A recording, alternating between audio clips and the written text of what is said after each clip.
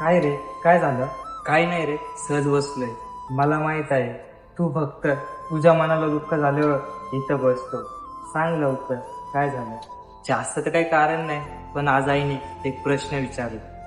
काय प्रश्न विचार? आई म्हणाली, ती मुलगी तुला कधीच मिळणार नाही, तरी पण तू तिच्यावर प्रेम करतो. तिच्या आठवणीत रात्रभर रडून स्वतःच्या शरीराला त्रास देतो.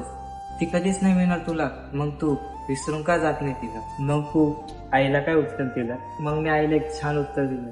जसं तू लहानपणीपासून मला सांभाळलंय, जीव लावलंय, प्रेम केलंय, तसं मला दुसरी कोणतीच व्यक्ती सांभाळू शकत नाही.